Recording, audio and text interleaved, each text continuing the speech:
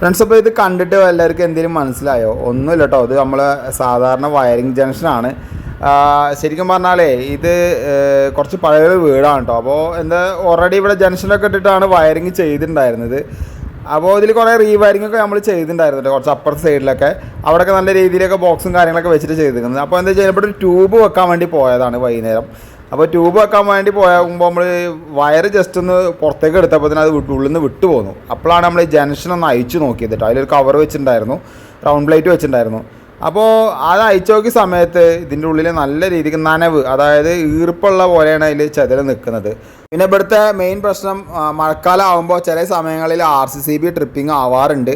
മെയിനായിട്ടുള്ള ഇഷ്യൂ എന്നൊക്കെ പറയുന്നത് ഇതേപോലത്തെ സംഭവങ്ങളായിരിക്കും. കാരണം ജംഗ്ഷനിലുള്ള കാര്യങ്ങൾ പഴയ വയറിംഗ് ഒക്കെ ആയതുകൊണ്ടേ. അപ്പോൾ ഇതിൻ്റെ ഉള്ളിൽ ഓൾറെഡി ചതലൊക്കെ ഉണ്ട് കേട്ടോ. അപ്പോൾ നമ്മൾ എന്ത് ചെയ്ത് വെച്ചാൽ നിലവിൽ അവിടുന്ന് ഒരു ഹിറ്റ് വാങ്ങിയിട്ട് അതിൻ്റെ ഉള്ളിൽ അടിച്ച് നിർത്തിയിട്ട് അത് ക്ലീൻ ചെയ്തിട്ട് അതേപോലെ നമ്മൾ ട്യൂബും കാര്യങ്ങളൊക്കെ സെറ്റ് ചെയ്തിട്ടോ.